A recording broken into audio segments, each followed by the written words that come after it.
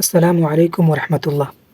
آج ہم پڑھیں گے یونٹ 3 داستان، تعریف، اجزائے ترکیبی، داستان کی خصوصیات، داستان کا آغاز و ارتقاء۔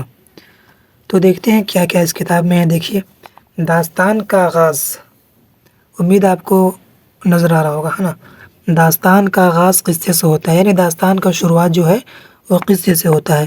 عام طور پر داستانیں طویل قصوں پر مبنی ہوتی ہیں، لیکن یہ ضروری نہیں کہ ہر قصہ طوالت کا حامل ہو۔ زمانے قدیم میں تفنن طبع یعنی دل لگی، انجوائے، موج مستی کے لیے اور وقت گزاری کی ضرورت نے داستان کو جنم دیا۔ ٹھیک ہے، داستان کی دلچسپی اور اس کی دلکشی اس کے اسلوب میں مضمر ہے۔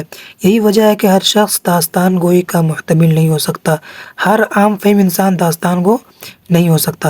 داستان گوئی باقاعدہ ایک فن ہے، سماجی، تمدنی، تہذیبی، علمی و ادبی نقطۂ نظر سے اس کی حیثیت اور اہمیت اپنی جگہ مسلم ہے نا۔ داستان گو کا میدان یہ وسیع کائنات ہے، بہت بڑا میدان ہے، بہت بڑا یہ ہے، جس سے ہر گوشے یعنی ہر کونے کا احاطہ کرنے کے لیے، ہر کونے کا گھیراؤ کرنے کے لیے اسے اپنے تخیل کی بلند پروازی سے کام لینا ہوتا ہے، یعنی اعلیٰ درجے کا جو خیال ہوتا ہے نا، اسے کام لینا ہوتا ہے۔ داستانوں کی کوئی سیاسی، جغرافیائی حدود و قیود نہیں ہوتی ہے نا۔ اس کے کرداروں کی تعداد مقرر نہیں ہوتی۔ داستان اپنے اندر بے شمار کرداروں کو سمیٹے ہوتی ہے۔ اس کے کردار اپنی بولیوں، اپنے اعمال و افعال کے ساتھ ارتقاء پذیر ہوتے ہیں۔ اور دیکھتے ہیں کیا ہے زبان کے لحاظ سے۔ ٹھیک ہے، زبان کے لحاظ سے بھی داستان گو کو پوری آزادی حاصل ہوتی کہ وہ الفاظ کو جیسے چاہے ویسے استعمال کرے۔ ٹھیک ہے، یعنی جو داستان گو ہوتے وہ جیسے چاہے ویسے زبان کو استعمال کر سکتے، یہ ان کی آزادی ہوتی ہے۔ وہ مبالغہ آرائی میں زمین و آسمان کے قلابے ملا سکتے ہیں، یعنی جتنا بھی جھوٹ سچ کر سکتے ہیں، جتنا بھی سچا واقعہ جھوٹا واقعہ ملا سکتے ہیں، پھیکم پھاک جتنا بھی چاہے اتنا کر سکتے ہیں۔ داستان کو دلچسپ بنانے کے لیے مافوق الفطری عناصر یعنی بھوت، پریت، جنات، شیطان وغیرہ کا ذکر اور طلسمی اور سحر انگیز واقعات کے ساتھ ساتھ ان میں یعنی جادو ٹونا کا جو واقعہ ہوتا ہے نا، اس کے ساتھ ساتھ اس میں عشق کے عناصر کا بھی استعمال کرتا ہے۔ عشق کے عناصر، غیر مربوط پلاٹ اور طوالت کے باوجود جو داستان ایک بامقصد اور کارآمد صنف ہے، اس کی اپنی صنفی اور فنی خصوصیات ہیں جو اسے دیگر اصناف ادب مثلا ناول، افسانہ وغیرہ سے ممتاز کرتا ہے۔ یہ الگ ہے تھوڑا ناول سے، چونکہ ان کی اس کے جو خصوصیات ہیں وہ کافی الگ ہیں۔ ٹھیک ہے، اب آتے ہیں داستان کے اجزائے ترکیبی کے۔ دیکھیں، داستان کا پلاٹ غیر مربوط ہوتا ہے، جس میں قصے کو طول دے کر ایک دوسرے سے جوڑا جاتا ہے۔ ٹھیک ہے، ان میں آپس میں کوئی ربط نہیں ہوتا، اور داستانوں میں پلاٹ کی کوئی اہمیت نہیں ہوتی، اور نہ ہی داستان گو اس کے ربط و تسلسل کو ملحوظ خاطر رکھتا ہے۔ اس لیے داستان میں باقاعدہ پلاٹ کی تلاش بے سود ہے۔ اب اسے آسان لب و لہجے میں ہم سمجھتے ہیں۔ پلاٹ آخر ہے کیا؟ پلاٹ قصوں یا کہانیوں کی ترتیب کا نام ہے، یعنی داستان میں کئی قصے، کئی واقعات، کئی کہانیاں ہوتی ہیں۔ ان واقعات اور کہانیوں کو منطقی طور پر جو ترتیب دیا جاتا ہے یا ترتیب دینے کو پلاٹ کہتے ہیں۔ ٹھیک ہے، اب دیکھتے ہیں کردار نگاری۔ کرداروں کو حقیقی زندگی سے مطابقت رکھنے والا ہونا چاہیے۔ ٹھیک ہے، کرداروں کو حقیقی زندگی سے مطابقت رکھنے والا ہونا چاہیے۔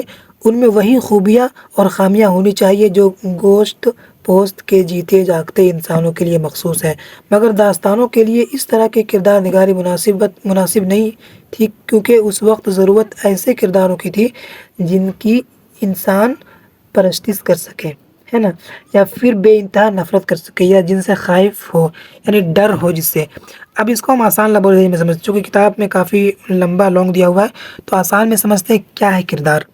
کردار عام طور پر داستان کے مرکزی کردار ہے نا، جیسے بادشاہ، اس کے جو مرکزی کردار وہ بادشاہ ہیں، شہزادے ہیں، شہزادیاں ہیں، یہ سب اس کے مرکزی کردار ہیں۔ داستان کے کرداروں کے لیے یہ ضروری نہیں ہے کہ ان کا تعلق حقیقی زندگی سے ہو، بلکہ غیر حقیقی کردار بھی تخلیق کیا جا سکتا ہے۔ یہی وجہ آپ ظاہر دیکھتے ہوں گے، یہی وجہ ہے کہ داستانوں میں بھوت، پریت، دیو، جنات وغیرہ کی کردار نظر آتے ہیں، ہے نا۔ آگے ہم چلتے ہیں، آگے کیا ہے؟ ما فوق الفطری عناصر۔ ما فوق الفطری عناصر بھی داستان کا اہم جز ہے۔ اگر ہم عالمی ادب کا مطالعہ کریں تو وہاں کی داستانوں میں بھی ہمیں ما فوق الفطری عناصر کی کار فرمائی نظر آتی ہے۔ اس کو ذرا آسان لبو میں سمجھتے ہیں۔ دیکھیے، ما فوق الفطری عناصر، ما فوق الفطری عناصر کو داستان میں ایک اہم حصہ حاصل ہے، ٹھیک ہے، اس کو اہم حصہ مانا گیا ہے۔ اس سے داستان میں دلچسپی بھی پیدا کی جاتی ہے۔ جنات، بھوت، پریت اور جو بھی ہے، یہ سب چیزیں ایسے ایسے واقعات پیش کیے جاتے ہیں جو پڑھنے والے کو حیرت میں ڈالتے ہیں، جو انسان پڑھ رہا ہو، جو قاری ہو، وہ حیرت میں آ جائے، ٹھیک ہے۔ اور داستان میں ایسی ایسی باتیں پیش کی جاتی ہے جن کو ہماری عقل قبول نہیں کرتی۔ ظاہر ہے بھائی، اگر ہم آسمان میں اڑنے لگیں گے تو کس کا عقل قبول کرے گا؟ پرانے زمانے میں لوگ خیالی باتوں پر یقین رکھتے تھے، اس لیے وہ یہ سب کہانیوں کو پسند کرتے تھے، اور یہ باتوں کو سنتے تھے اور ان کو مزہ آتا تھا۔ یہی وجہ ہے کہ یہ عنصر داستان کا اہم حصہ بن گیا۔ اب آگے کیا ہے؟ آگے ہے معاشرتی عکاسی۔ داستانوں کی اہم خصوصیت معاشرے کے ریت و رواج، رہن سہن، ماحول، بولی وغیرہ کی عکاسی رہا ہے، جس سے ہمیں اس عہد کے مذکورہ باتوں کا بخوبی اندازہ ہوتا ہے۔ مثال کے طور پر فسانہ عجائب میں لکھنوی معاشرت کے جیتے جاگتے مرقع دیکھنے کو ملتے ہیں۔ اس عہد کے رسم و رواج، کھانا پینا، تیج و تہوار وغیرہ سے واقفیت حاصل ہوتی ہے، ٹھیک ہے۔